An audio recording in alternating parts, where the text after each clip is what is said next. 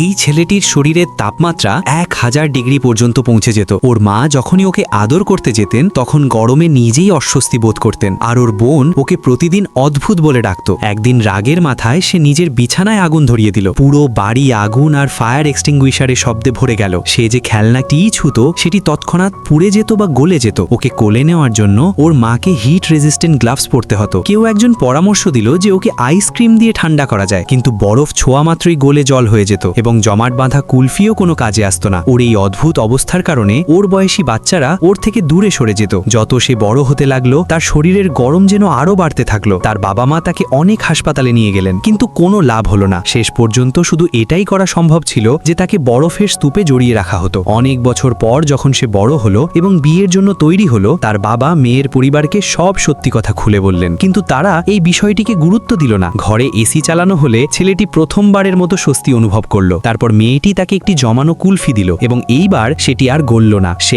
এক কামড় দিল আর সাথে সাথে তার লাল চুলগুলো ধীরে ধীরে কালো হয়ে গেল। তার অদ্ভুত গরমও চলে গেল।